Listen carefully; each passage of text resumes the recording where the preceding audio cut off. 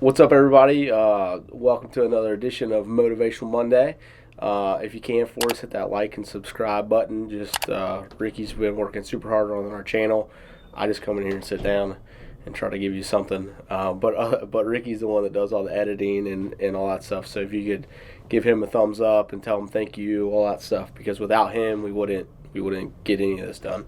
But for this one, I'm gonna do it a little bit different. I got to sit and hang out with my dad this weekend, kind of all day, which doesn't happen as much as I'd like, just because kids, business, all that stuff. But any time that I get to spend with my dad at length is just awesome. If you don't know anything about my dad, he's who we took the name Tin Soldier from, and he is a very well-established racer. He started racing in the late 60s, early 70s. Started out on the street, which is cool. He told me yesterday that he never thought that he would even want to race at a racetrack, that he figured he was going to street race his whole life, which is cool. But anyway, we were just talking about the evolution of the sport and how it's changed so much from when he started to where it is now, and all that. It's leaps and bounds from where it is, from where he started to what we're doing. It's crazy. And probably about 15 years ago, my dad runs it's a class called Super Stock. In Super Stock, you have to run the engine combination that came in the car. And it has to be, if that engine combination was carbureted, it had to be carbureted. If it was fuel injected, it has to be fuel injected. So his is an 85 Camaro, and an 85 Camaro, the Z28 package could either come with a tune port throttle body or a quadrajet carburetor. Everybody that I know in the racing world normally calls them quadrajunks. But my dad, that would offend my dad deeply. He loves the quadrajet carburetor. He thinks they're awesome, and he literally has a whole cabinet full of these racing carburetors that probably not many people on the planet would want. So about 15 years ago, he decided to take the quadrajet off the car in favor of putting the fuel injection system on it. The reason that he did that is the way Super Stock works. It's a power and weight deal. So a car, when you buy it, has a factory shipping weight of what it weighs when it comes out from that manufacturer. Then it also has a factory horsepower rating. So the way Super Stock works is you take that factory weight, with the shipping weight and then the factory rated horsepower, and then that is what class that you fit in. So Super Stock is made up of the alphabet, so A, B, C, D, so on and so forth. So depending on what that weight and that horsepower is, that's what class that you fall into. Well, what happens is, as they try to keep parity within the rules, if a combination seems to be doing better than another one and they're in the same class or whatever, what they would do is they would add horsepower to the rating that the manufacturer put on it. So, and in turn, that would add weight to the car. So basically, each class has a specific weight for that. So, like, I think Jay, what my dad normally runs, is a 12-pound class, meaning that for every horsepower, that equals 12 pounds. And I could be wrong. Some of the Super Stock guys will probably correct me. I used to know a little bit more about it than what I know now. But that's the gist of how it works. So he had got his combination hit so many times with the carburetor that it was no longer worth it to run this combination with the carburetor. He could swap and put the fuel injection system on it and take a bunch of weight out of the car because it was rated at a lower horsepower. That's what we did. So back then there was not a lot of options for EFI, not like there are now. He went with a Big Stuff 3 was all that was really available. And there was other stuff like Fast and all that, but everybody that he knew that he raced Super Stock with had went with this particular system. So Dad does this. He wires the car himself. Did a phenomenal job wiring it. It's to this day, this is still the EFI that's on it. Brad loves that EFI. But anyway, he did a phenomenal job wiring it. He understands wiring, all that stuff super well. The one thing that my dad did not understand was the software that the fuel injection system was ran on itself. So he had never, ever, ever, ever took a laptop to a racetrack and plugged it into a race car. That was like as far fetched as he would never thought that was possible. Not possible, that he would do it. And if you know anything about quadrajets, jets, they have metering rods and jets in them. My dad, and I loved this when I was a kid, he had this little wood box that had all these metering rods in it, and all these jets and all this stuff, and they were all labeled, and he had a little pair of calipers in there with him, and we would get to the racetrack, and we would make our time runs, and my dad would read the weather, kind of old school like. He would just figure it out kind of his own. He didn't have no weather app, nothing like that back then. He just old school, like, and he would go through and we'd be changing metering rods and jets all through time qualifying. And normally he would pick the car up 5 to 600ths by just messing with these metering rods and jets.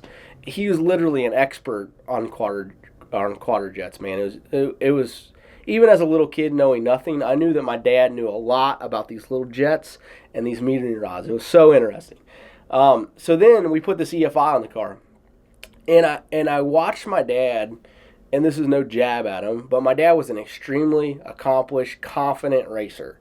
Anything that we needed to do, he did it. He didn't rely on anybody, and I can say that, like, my dad could maintenance his race car, work on his race car front to back with no assistance. Now we have this EFI in place, and my dad all of a sudden needs assistance, which is really strange to me. And honestly, we couldn't get the proper assistance. I don't know if that's because it was, EFI to this section of racing was new, things like that. I even as a kid, I would have been 15 years old or so. I recognize the fact that none of these people that raced this class, I felt like, understood at all what was happening with this fuel injection. It was like this mystery box. And they would walk around, like, ask, because every race, one of the older gentlemen would forget their laptop and they would need to borrow it for somebody else. It was just this whole funny thing. And all of a sudden, this race car that was always so simple became complicated to my dad. And to this day, Dad has figured out, EFI a little more, things like that. But he's never became comfortable with it. He still doesn't. He's not the one that downloads the runs. He doesn't look at the tune-ups in the car. He just never became comfortable with it. And as we were chatting yesterday, he was like, "Man, that's one of the things in racing." He's like, that I don't necessarily regret doing. He's like, I feel like it put a little damper on our racing program because I didn't fully understand. The technology or the working system behind the EFI. I understand how EFI works. He understands all that. He did not understand the programming that went behind it or how to use the computer. Now my dad can text. He's 79 years old and he can text, which is crazy to me. He's got his Facebook, all that stuff. So he's learned. But the reason that I'm talking about this is it got me thinking about the current trends of racing and in the backwards track, no prep, street race deal. It's all of a sudden, and it's not, shouldn't say all of a sudden, but people are you hear the word data like 300 times when people are talking. You hear about traction control, and you hear about like all these different sensors that you can use, the wheel speed stuff. We don't have to go on this whole road. But I know so many people that have spent a ton of money to buy all this stuff to put it on their race car. Well, the stuff in and above itself doesn't automatically make your race car fast. What it does do is it makes it super complicated for the average person. Now, I get to pick up my partner, Brad. Brad is extremely gifted when it comes to computers and understanding. He not only understands how engine works, he also understands how the programming behind it works. So it's like that stuff makes him so excited, and it doesn't confuse him one bit. It doesn't do anything. So I've watched people get so hung up on this stuff that they put all of it on there. I'm going to pick on Nicky Bobby. Nicky Bobby spent all this money to put all this stuff on his car, and it actually slowed it down because he didn't fully understand what he was doing. And I thought about all of this. A lot of times we do that in life. Like, we add all these things that we think that we need, and we don't really understand what we're doing. So we go from a confident person to an unconfident person. And for my dad, he would have been much better suited, and I can say this because we just talked about it. If he just would have left the carburetor on his race car, he would have been much more confident going to the racetrack, and we wouldn't have had a lot of the struggles that we ended up having. Same for a lot of people. I see that they get hung up on all this stuff, wanting this stuff, but if they would just stick to what they know and what they were comfortable with, they would probably have a lot more success because they would be using tools that they knew how to use. And you know, like my buddy Ricky here, he's in this room with me. I have no idea how to work any of this stuff that's around here. I don't know how to work this camera. We have this rad-looking light thing. I don't know what this is. All this cool stuff. I have no idea how to use it, but Ricky does. But then if I take Ricky out to my welder and I put him down at my favorite welder in the shop, my favorite welders are a little Dynasty. And I could set it up exactly how I could even do that for him, and he would have no idea how to use it. Wouldn't know where to begin. But the beauty of all this is when you put people behind the things that they truly know how to use, and you can work as a team. So, like, think about your personal race program. Like, a lot of times, like, people get really obsessed with doing everything themselves, right? Like, I want to be completely self-sufficient. I don't care about that. Like, what I care about is surrounding 10 Soldier Race Cars, with people that really understand things and do things well. And that if you operate out of a place of 100% confidence and you can really go through, like I watched Brad flip through a laptop and looking at race car data. It's amazing. Just watching him go through the screens and doing it, like, I can't do that.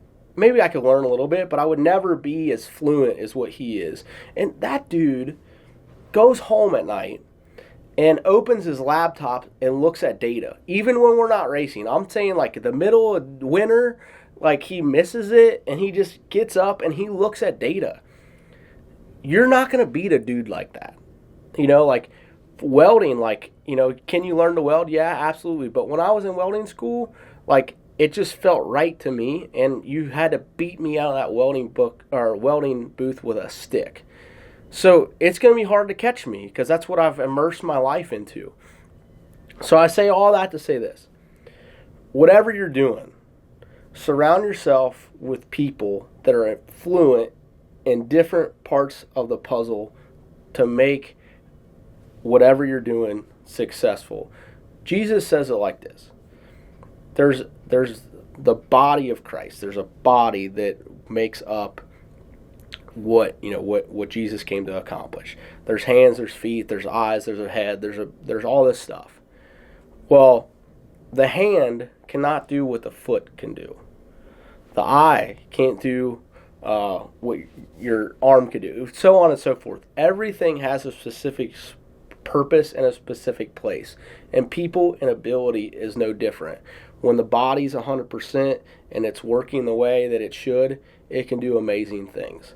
So, to wrap it all up, surround yourself with people that are truly amazing at the things that they do, and you concentrate on the things that you're really amazing at, and together you can accomplish something that's really rad.